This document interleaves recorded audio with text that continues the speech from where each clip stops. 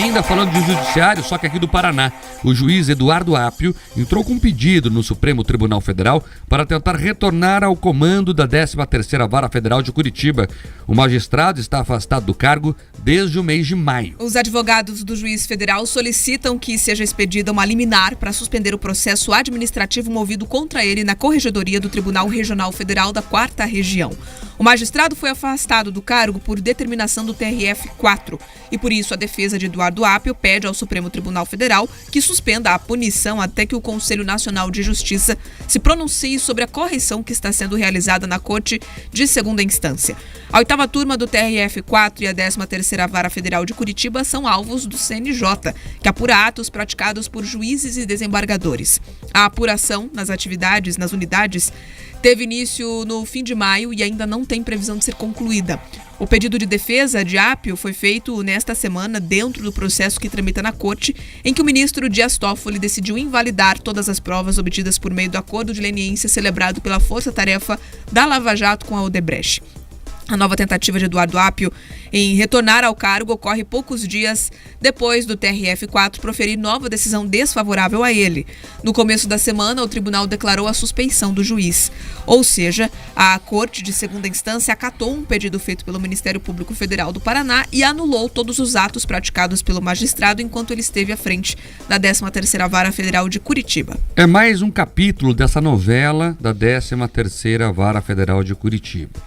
Você veja que é estranho quando um juiz tem paixão pelo caso, que é o que parece.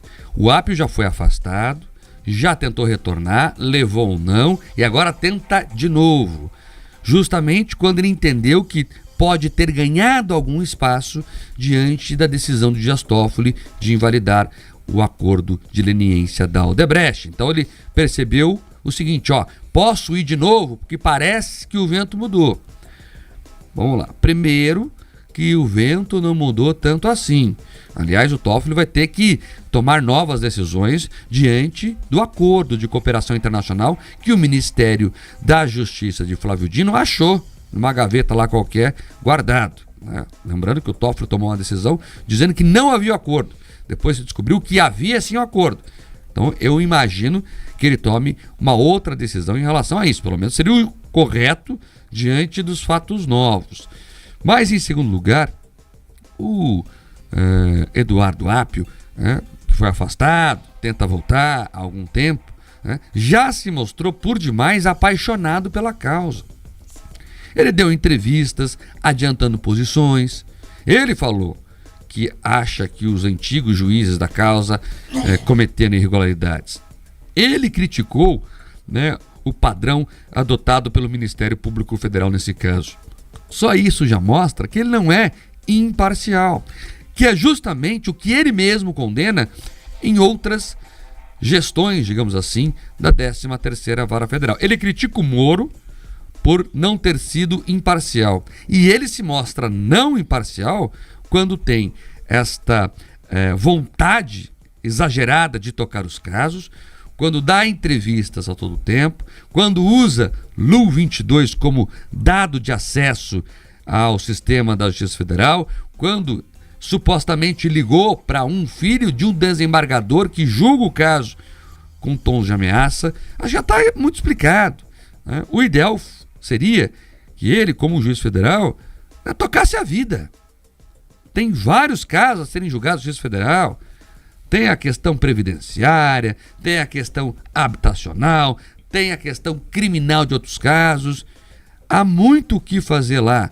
E eu não entendo, Pedroso, esta vaidade dele, essa vontade exagerada de tocar os casos da Lava Jato. Ele que já teve, inclusive, os atos anulados, por Porto Alegre, pela segunda instância da Justiça Federal, por problemas nas decisões. Esse momento, você fala em novo capítulo dessa novela, e o duro é que é uma novela ruim. Se ainda fosse uma novela boa, uma minissérie interessante, alguma coisa assim, mas não. Esse momento que a gente fica vivendo e revivendo, de que cada um fica buscando ali a sua parcela de holofote. Porque é isso que acontece. Vamos lá. Alguns juízes, né, de primeiro grau da Justiça Federal olham ali os ministros do Supremo Tribunal Federal, cada um com um holofote para si, cada um conseguindo ter ali coletivas de imprensa, fonte de jornalistas, mimados e paparicados pela imprensa. Eles pensam que talvez seja o seu momento de brilhar também. Parece que talvez, né, essa vaidade, essa motivação em estar à frente de um caso popular, com grande repercussão, com capacidade inclusive de articulação política, de ser notado Brasil afora, quem sabe se tornar ali o Moro da esquerda, né, tentar passar limpo, porque vamos lembrar aqui, ele conseguiu esse destaque quando ele reavivou inclusive o Tacla Duran. Porque, assim, para você conseguir reabilitar o Tacla Duran e outros comparsas dele, você precisa fazer esforço.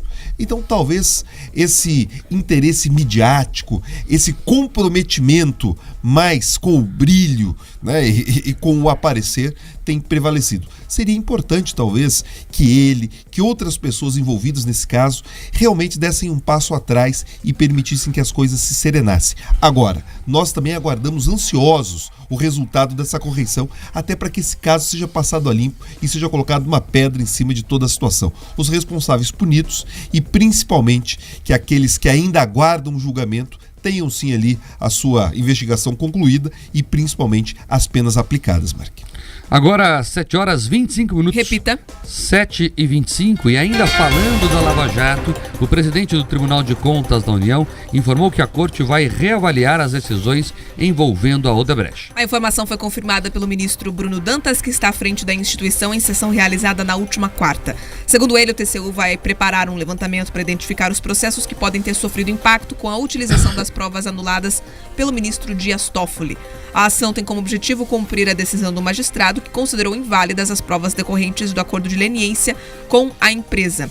E mesmo confirmando a realização desta apuração, Bruno Dantas ressaltou que os processos em trâmite da corte utilizaram primordialmente elementos probatórios próprios, ou seja, cuja fonte originária são as fiscalizações do próprio tribunal. O TCU também afirmou que vai analisar os processos cujas sanções aplicadas pelo órgão à empresa Odebrecht e a seus agentes estavam suspensas por conta desse acordo de leniência. Esse trabalho tem a finalidade de avaliar a eventual continuidade das punições. Tá, e portanto, vamos avaliar então o que fará o Tribunal de Contas da União. Me parece que o Bruno Dantas está muito acelerado, está muito adiantado, está muito assodado, como se diz no universo jurídico, para mostrar serviços, talvez para ser o nome lembrado para a próxima vaga do Supremo Tribunal Federal. Primeiro, que como eu falei há pouco, há fatos novos. Veja, o convênio de cooperação internacional foi encontrado. Eu acho, inclusive, que o ministro Dias Toffoli devia mandar o Flávio Dino investigar quem cometeu esse erro. Eles são loucos para punir fake news. Ora, houve uma fake news aí. O Ministério da Justiça disse que não havia algo que existia. É um erro grave. Para falar em erro, talvez seja até outra coisa. É por isso que é preciso investigar. E diante do fato que existia, sim, a cooperação internacional oficializada, a decisão do Toffoli fica frágil. Então, eu não sei no que se baseará o Bruno Dantas. Mas mais que isso, por causa da delação, a Odebrecht é investigada em outros países. Vamos lembrar disso. Estados Unidos, Peru, na Europa. Aí como é que vai ficar a cara do nosso país quando ela for condenada pelos crimes nesses países e no Brasil que ela sede, não? Já pararam para pensar nisso? Nós podemos chegar nesse nível. A Odebrecht confessou os crimes, ela pagou publicidade em jornais pedindo desculpas. A Odebrecht fez isso.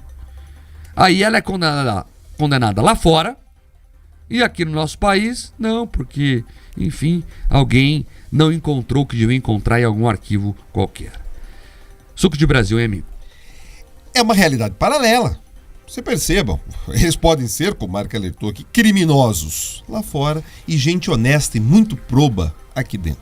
Agora, sobre essa questão do Tribunal de Contas da União, até para ser breve aqui, a gente tem que ter uma coisa clara. Quando eles fizeram o acordo de leniência, queridos ouvintes? Eles ali assumiram culpa, devolveram dinheiro, aceitaram punições, se comprometeram a rever métodos, né, de corrupção, de constrangimento à autoridade, de cooptação, esse tipo de coisa, e em troca disso eles tiveram outras punições abrandadas.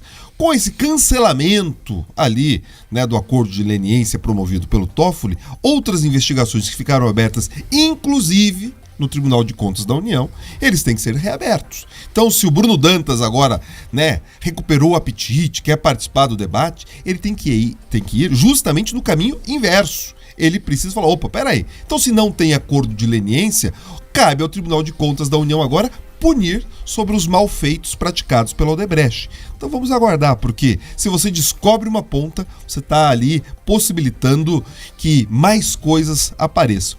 Eu duvido que eles vão nesse caminho, mas o correto, Mark, seria sim começar a investigar e punir. Já que não tem acordo nenhum, vale a punição e a responsabilização de quem fez maus feitos ali com dinheiro público.